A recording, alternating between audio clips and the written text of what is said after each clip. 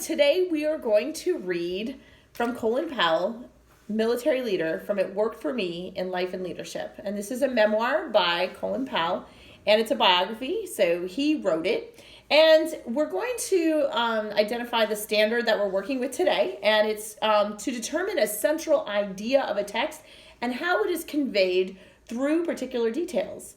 And when we're done, we're going to discuss and map out how Colin Powell worked through all of the challenges that he had to become a successful leader. And as a background, few American journeys are as varied or as respected as the journey of retired Army General Colin Powell. This is Coogee, and he is going to help me read this today. From his beginnings as a hard-working student to his rescue of fellow soldiers from a burning helicopter in Vietnam, to his service in 5 different presidential administrations, Powell has lived his life leading by example. Many books have been written about Powell, among them one by author Warren Brown. Powell retired from public service in 2004, but he continues to be vocal on political topics. Back when I was a teenager in the Bronx, summer was a time for both fun and work. Starting at about age 14, I worked summers and Christmas holidays at a toy and baby furniture store in the Bronx. The owner, Jay Sixer, a Russian Jewish immigrant, hired me off the street as I walked past his store. "You want to make a few bucks unloading a truck and back?" he asked me. I said yes. The job took a couple of hours and he paid me 50 cents an hour. We're going to continue on page 254. "You're a good worker," he told me when I'd finished. "Come back tomorrow." That was the beginning of a close friendship with Jay and his family that continued through college and for the next 50 years. Long after Jay had died, I worked part-time at the store a few hours a day during the summer and long hours during the Christmas season. I worked hard, a habit I got from my Jamaican immigrant parents. Every morning, they left early for the garment district in Manhattan, and they came home late at night. All of my relatives were hard workers. They came out of that common immigrant experience of arriving with nothing, expecting that the new life ahead of them would not be easy. Jamaicans had a joke: "That lazy brute, him only have 2 jobs." After I'd worked at Sixers for a couple years, Jay grew concerned that I was getting too close to the store and to the family.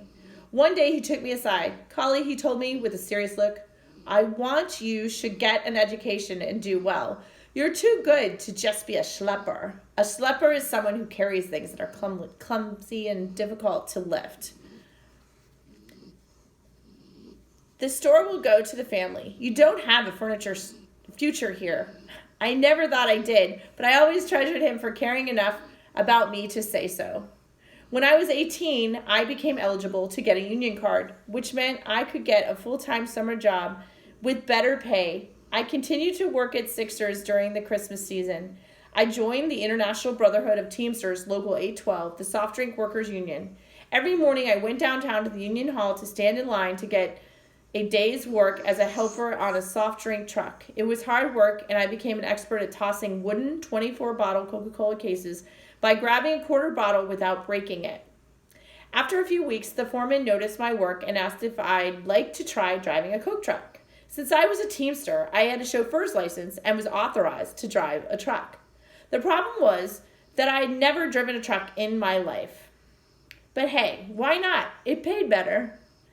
The next morning, I got behind the wheel of an ancient stick shift, circa 1940 truck with a supervisor riding shotgun. And riding shotgun means that this is a sitting front passenger of the vehicle next to the driver. And in the early 1900s, it refers to the armed guards often carrying shotguns who would protect the cargo and the driver of a vehicle. We carried 300 cases, half on open racks on the side of the truck and half on the other. I asked the supervisor where we were going. "Wall Street," he said, and my heart skipped a beat as I imagined navigating the narrow streets and alleys of the oldest, most claustrophobic, and most maze-like part of New York City. I took off with all the energy and blind optimism of a youth and managed to get through the day and somehow safely delivered the 300 cases in spite of my often over-enthusiastic driving. My supervisor was white-knuckled with worry that I would deliver 150 cases onto the street as the old truck leaned precariously at corners I was taking much too fast. Though I delivered every case, my driving skills did not impress the supervisor, and my truck driving career was over. They still kept me on as a helper. Nevertheless, I proudly took home a $20 salary that day to show my father. The next summer, I wanted something better than standing in a crowd off every morning hoping for a day's work. My opportunity came when the hiring boss announced one morning that the Pepsi plant in Long Island City was looking for porters to clean the floors. Full time for the summer. I raised my hand. I was the only one who did. The porters at the Pepsi plant were all black. The workers on the bottling machines were all white. I didn't care. I just wanted to work for the summer. And I worked hard, mopping up syrup and soda that had spilled from overturned pallets. At summer's end, the boss told me he was pleased with my work and asked if I wanted to come back.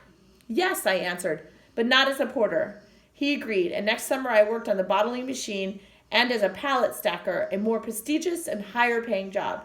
It wasn't exactly the Selma March, but I integrated a bottling machine crew. Very often, my best didn't turn out that well. I was neither an athlete nor a standout student.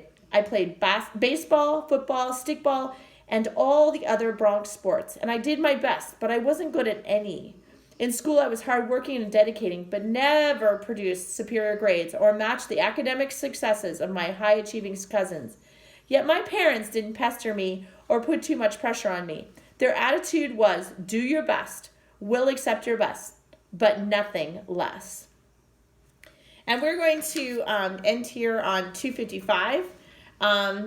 And we're going to think about what we just read, and we're going to determine the central idea of this first part of Colin Powell's biography. And then we're going to analyze other texts by Colin Powell's about Colin Powell's life, and we're going to discuss different parts of the story and determine the vocabulary as well. Thank you so much for listening.